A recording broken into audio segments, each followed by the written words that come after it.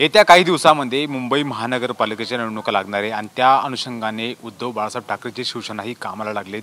आपण बघू शकतो की त्यांची तयारी सुरू झालेली आहे आणि त्या अनुषंगाने मेळावे घ्यायला सुरू झालेले। आज वरळीमध्ये मेळावा होणार आहेत आणि मेळाव्याच्या सुरुवातीला स्टेज आहे त्या स्टेजवरती काही फलक लावण्यात आले आणि ते फलक हे कार्यकर्त्यांना एक स्फूर्ती देणारे आहेत। मुंबई गिळंकृत करू पाहणाऱ्या सरकारला जागेवर आणण्यासाठी चला जोमाने लढूया, मुंबई महानगरपालिका जिंकूया, चला मुंबई महानगरपालिका जिंकूया अशा आशयाची या ठिकाणी बॅनर लावण्यात आले। त्यासोबतच मुंबई मराठी जनाची मराठी मनाची 107 हुतात्म्यांची आमच्या साहेबांची अशा आशयाची या ठिकाणी पोस्टर लावण्यात आले। या पोस्टरच्या माध्यमातून एक शिवसैनिकांना संदेश देण्यात आलेला आहे, एक चेतना त्यांच्यामध्ये भरली जाणार आहेत। आपल्यासोबत सचिन भाऊ वायर असणार आहेत। भाऊ, मुंबई महानगरपालिकेची तयारी सुरू झालेली आहे, तुम्ही रणशिंग फुकलेले आहेत तुमच्याच मतदारसंघातनं, काय सांगाल?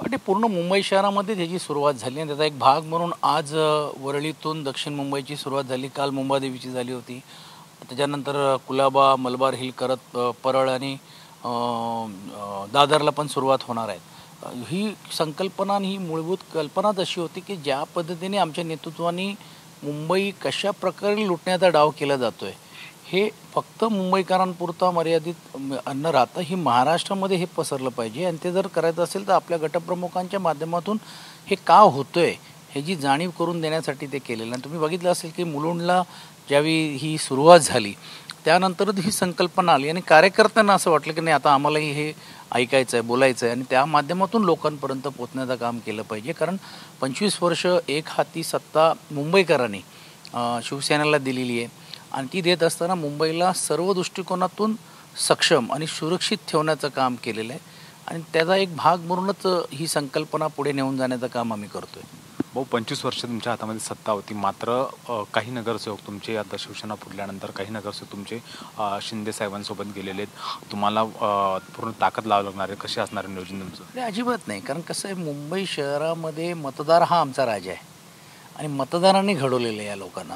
म्हणून कोण कोणाला वाटत असेल ठीक आहे एखाद दोन लोक त्यांच्या स्वतःच्या बळावरती निवडून आले असेल, पण जेवढे काही नगरसेवक गेलेले आहेत ह्यांची जी ह्या अगोदर त्यांची पार्श्वभूमी काय होती हे तर तुम्ही बघा। या अगोदर त्यांनी किती वेळा त्या निवडणुकीला सामोरे गेलेले आहेत आणि कसे निवडून आलेले। जर पक्षाचा पाठिंबा नसता तर एकही नगरसेवक त्यातले काही ठराविक सोडल्यानंतर निवडून येऊ शकत नाही अशी परिस्थिती आणि ही वस्तुस्थिती आहे। आणि म्हणून आमच्याकडे नेहमी म्हणतो की जसं आपण दगडाला पण देखील शेंदूर लावलं तर आपण देव मानतो, तसं इकडचा मतदार राजा जो मराठी आणि विशेषतः मुंबईकर म्हणून घेऊन जो काम करतो आहे आणि कोविडमध्ये जे काम केलेलं आहे त्यामुळे इतर समाज पण देखील त्याला असं वाटते की नाही महानगरपालिका ही काही जरी झालं तरी उद्धव बाळासाहेब ठाकरे आणि आदित्य ठाकरेजींच्या नेतृत्व असली पाहिजे। म्हणून अशी ही काही गेली तर काय फार मोठ्या प्रमाणावरती परिणाम हे मुंबई शहरामध्ये होणार नाही, कारण फक्त नगरसेवक गेले पण खायची फळी ठराविक काही फंड मिळतो आहे म्हणून, त्याच्यानंतर काही त्यांचे तिकडचे असलेले काही प्रकल्पाला मान्यता मिळत आहेत आणि म्हणून 2 पैसे जास्त मिळत आहेत म्हणून ते सर्व गेलेले आहेत।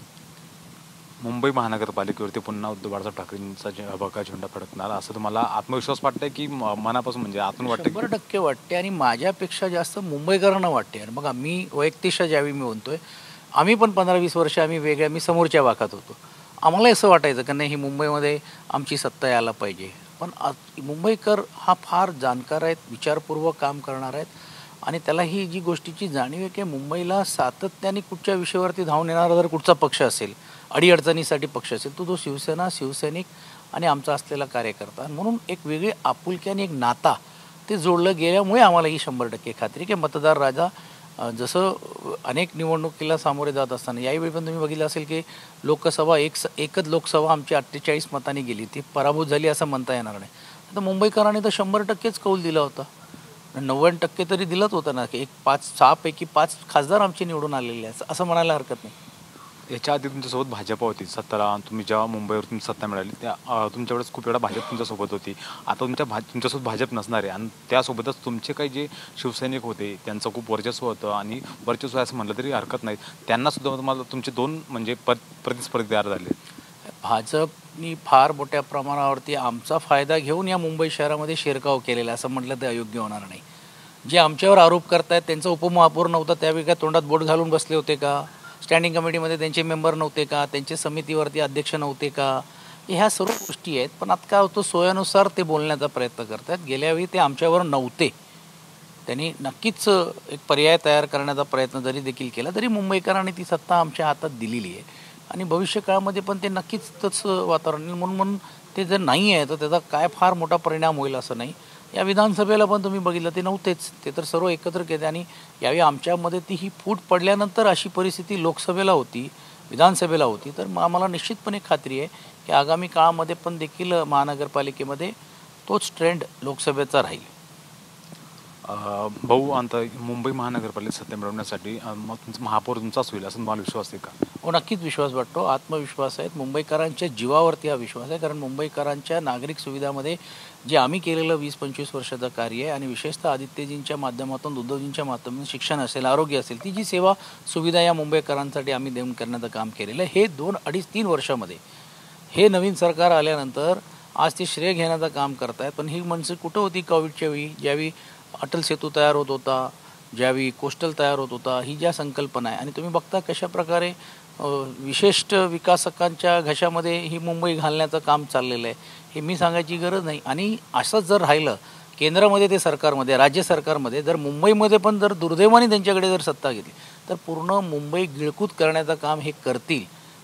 ही जी मनामध्ये जी शंका कुशंका किंबहुना जी वस्तुस्थिती आहे त्यामुळे आम्हाला आत्मविश्वास वाटतो. मुंबई आणि महाराष्ट्रावरती ठाकरे बँडचा खूप मोठा प्रभाव आहे. आता एक ठाकरे सोबत आहेत, अनेक ठाकरे सोबत घेण्याच्या चर्चा सुरू आहेत. ते ठाकरे तुमच्या सोबत आलेत आणि तुम्हाला त्या दृष्टिकोन मुंबई सोपी जाईल का? महाराष्ट्राच्या हितासाठी कुठचाही राजकीय पक्ष जर पुढे आलं तर त्या पक्षाबरोबर एक हाताने नाही 2 हातांनी आम्ही जायला तयार आहोत. मी फक्त ठाकरे ब्रँड म्हणतोय. बरोबर येतो ना, हे द्यायला तयार आहोत. आणि त्याचा एक भाग म्हणूनच ज्यावेळी त्यांनी सुतोवाच केलं की बाबा मराठी माणसाच्या हितासाठी आम्ही आमचे झेंडे आणि हे जे भांडणं हे किरकोळ आहे, त्यावेळी त्याला प्रतिसाद देण्याचं काम आम्ही केलेलं आहे. आता निर्णय त्यांनी घ्यायचा आहे. भाऊ, 19 तारखेला शिवसेनेचा वर्धापन दिन होणार आहे. त्या अनुषंगाने संपूर्ण ठाणे असेल, मुंबई असेल, खूप मोठ्या प्रमाणात एकनाथ शिंदे यांच्या मार्फत बॅनरबाजी करण्यात आली आहेत आणि त्याच्यावरती लिहिले आहेत भगवा शिवरायांचा, भगवा महाराष्ट्राचा, भगवा बाळासाहेब ठाकरेंचा, भगवा शिवसेनेचा. एक प्रकार तुम्हाला त्यांनी डिवसण्याचा प्रयत्न केलेला आहे. तुम्ही काँग्रेससोबत युती गेल्यामुळे तुमचा भगवा तुम्ही त्यांना विकला होता अशी त्यांनी अनेक वेळा टीका केली आहेत आणि त्या बॅनरच्या माध्यमातून तुम्हाला डिवसलं आहेत.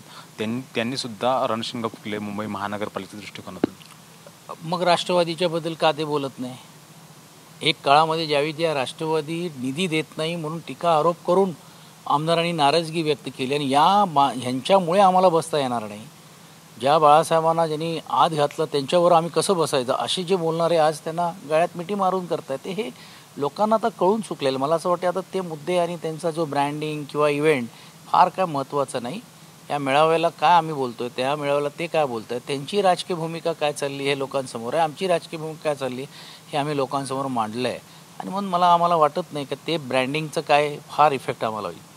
भाऊ, जर मुंबई बघितली मात्र ठाणे असेल, नाशिक असेल, त्या ठिकाणी तुमचे नेते दुसऱ्या पक्षात जाते. आजसुद्धा बळकुदिरांचा पक्षप्रवेश झाला. नाही, नक्कीच आहे. म्हणजे असे काही कार्यकर्ते गेले तर मी दुःख हा शब्द वापरणार नाही, पण चिंता निश्चितपणे होते. त्याचे कारणवश सोडले पाहिजे. पण काही वेळी काय कार्यकर्त्यांना जर काय वेगळी हमीश दाखवून देऊन जर गेले असतील तर त्याला नाही इलाज आहे आणि त्याला ते बळी पडत असेल तर ते त्यांचा दुर्दैव असं म्हणायला हरकत नाही. कारण नाशिककरांनी एक खासदार आमचा हक्काचा निवडून दिलेला आणि अनेक मोठ्या प्रमाणावरती ती ताकद तिकडे वाढते. म्हणून आता कोणीतरी गेलं त्यामुळे आम्ही ताकदच संपली किंवा तिकडे गेलो असं नाही. आमचे खासदार आहेत.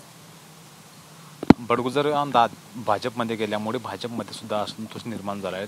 काही नेत्यांना माहीतच नव्हतं त्यांचा पक्षप्रवेश होणार आहे. काय मला तर आश्चर्य वाटते. प्रदेशाध्यक्ष नागपूरला सांगतायत माझ्याकडे ही माहिती नाही, स्थानिकांना विश्वासात घेतल्याशिवाय आम्ही प्रवेश करत नाही. कार्याध्यक्ष तर दुसरंच बोलायला लागलेत. कार्याध्यक्ष कोण बोलतोय, कुठे आहेत, काय? अरे आम्हाला विचारल्याशिवाय कसं होणार? आणि नंतर मग प्रवेश होतं. त्यातूनच तुम्हाला दिसतंय की आता भारतीय जनता पार्टीच्या संघटनेमध्ये किती अलबेल चाललेलं आहे आणि कोणाचं कंट्रोल आणि रिमोट कंट्रोल आहे हे आता दिसतंय. धन्यवाद भाऊ आमच्याशी बोलल्याबद्दल. कॅमेरावरचा मोहन दुबेसह मी हिरा ढाकणे, TV9 मराठी, मुंबई.